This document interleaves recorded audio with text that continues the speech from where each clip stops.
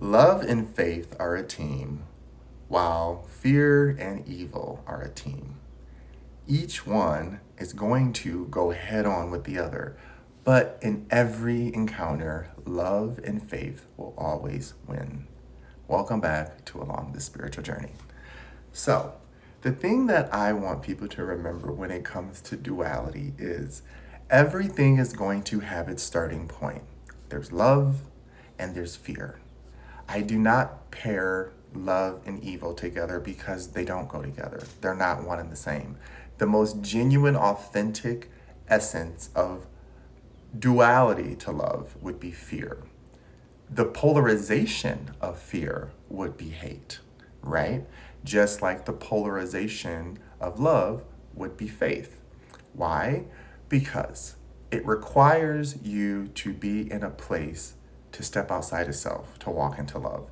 And love will always look like fear, even if you don't realize that because they're mixed together. And so the blurry lines is about knowing how to see which direction you're actually supposed to go. So the universe puts you in a bag, shakes you all around, and then you come out into this room that's blurry, full of love and fear, because that's an animal, that's a baby. You came into this world of love and fear, that's who you are. And depending on what you are given and what you are conditioned is what you're going to become.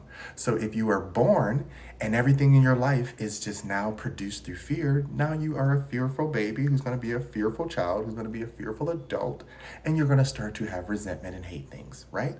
Versus if you're a baby who, if you're lucky enough, you're born into love and you get love. And no matter the environment, no matter how poor or bad the conditions, as long as there's a loving energy that supports you, you're going to be a loving child, a loving adult, and a loving person. It's just how it works. And so when we understand that that's how energy works, at any point in time in our life, we get to choose which one we sit on and which side we want to interact with. I know it doesn't seem that way, but when you stop and think about it, when you are someone who is really fearful and everything seems to always go wrong and it really sucks, everything does go wrong, and everything happens to you, like literally everything does happen to you. There's just some people where they're good people and stuff just happens to them, but because they were born in fear, fear likes them, fear sticks to them, fear clings to them until they meet another person who is pure love.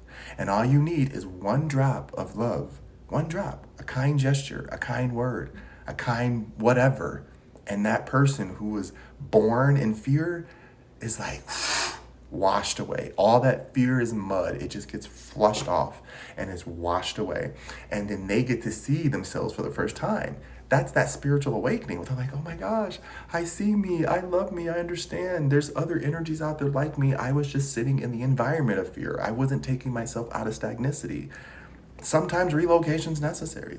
Sometimes cutting people off is necessary. I'm not saying it's always the answer, but sometimes it's necessary if you want to gain back autonomy and sovereignty to see that love is always going to give if you have faith. Love is one of those energies that if you don't have faith in it, it's not going to happen. I know. It sounds so annoying and it sounds so messed up, but it's just energy like everyone else. But if you retain the energy of love, like energy likes like energy. So even if you're in the trenches, if you have love in you, love will find you. That's what miracles are. When people are like, I was down there, fell in a hole, and something pulled me out. Because you had love in you. Love finds you. Unfortunately, if you have bitterness in you and you are a bitter person, if the time comes, love can't find you because you're not resonating the energy of love. Again, I'm not saying it's easy. I'm not saying it's fair. I'm just telling you how energy works. And most humans don't like that energy means you have to learn how to maintain it when you become an adult. When you're a child, your parents maintain it. They make you feel a certain way. Your teachers make you feel a certain way. Everything around you makes you feel a certain way until you learn how to become a human manifester, which is building and creating through, your funds, your job, your life. And then when you have your sense of home and family, that's where the emotional part comes in. You start building the type of emotional home you want, the type of energy you want to walk into, the type of family you want. That's where you start understanding what love and faith are, because then you understand that as long as I have love and faith in self, and I support this journey without trying to fall into what we call distortion, then even if the world is giving me something that I don't want to handle, I'll still see the light, right? Versus if you're only bred in fear, you only know fear, so you literally start to hate things because you're like, well, everything around me sucks. Everyone says everything around me sucks. Everyone keeps proving that everything around me sucks. So I hate everything. I hate everyone, and I don't want to interact with them. And then you go home, and yeah, your home is beautiful and nice, but you're still in your home being hateful. Ugh, they suck. My house is better. They're not good. Da, da, da, da, da, da, da, da.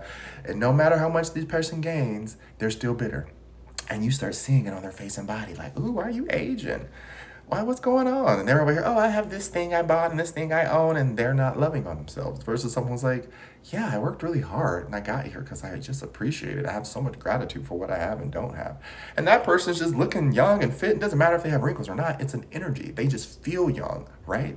That's where you start learning what love is and what fear is. They are intertwined. Faith is learned. Hate is learned. That's why they're at the polarized ends, because you have to learn how to be those things, right? You have to learn how to be in faith to the point that it's a discipline and it's tiresome and you don't want to do it anymore. And you're like, what's the benefit? It's not about the human benefit. It's about the soul benefit. That's the point of love. It's always about the spiritual end. If you fear things enough and you start to hate things enough, then it becomes about what's the benefit? Where is it going to benefit me? What do I get out of it? And if I get nothing out of it, F everyone else. That's where that energy starts to perpetuate that mindset of good guys lose and bad guys win. No, it's energy. If you dwell within the energy of a good guy or trying to be the best version of yourself, you're going to have good days and bad days. You're still going to interact with people who suck, right? That's not going to go away. It's your choice if you intertwine with them and mix your energy. And now it's all diluted and murky because you chose to mix with someone who was not ready, right? Same thing for fear. You can be in fear and try to get yourself out and be in hate, and you're pushed in and you find the most loving people want to love on you. That means that you are a good person and they can see that you want to heal, but you don't know how yet. Again, not their job. If you know that you're not healed yet, don't come over here and start murking it all up. Know that you have to walk through that fear, allow that hate to disintegrate, and become the love that you need. If again you are in the love spectrum, allow yourself to continue to heal without having expectations. And if the expectation doesn't meet your criteria, know that you're taken care of and you're protected because you are in the energy of love. That's where the faith comes in. Each part of that existence, you are still having the hard knock life of being a human.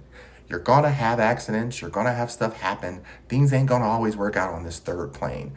But in the fourth plane and the fifth plane and so forth, if you can see the bigger vision and step outside of ego and know that it's not about you in this moment, even if it's happening to you and you do it in grace, then the universe bestows upon you that balance of, I no longer fear, I love. And you will always be in the middle of fear and love. Remember, I can love talking to people. I still have a fear of walking on a big stage in an auditorium. Doesn't mean that I'm going to allow myself to fall apart. It just means that it makes me nervous. And I'm okay being in that space of being nervous and fearful of something I haven't done, but I will still love the opportunity, right?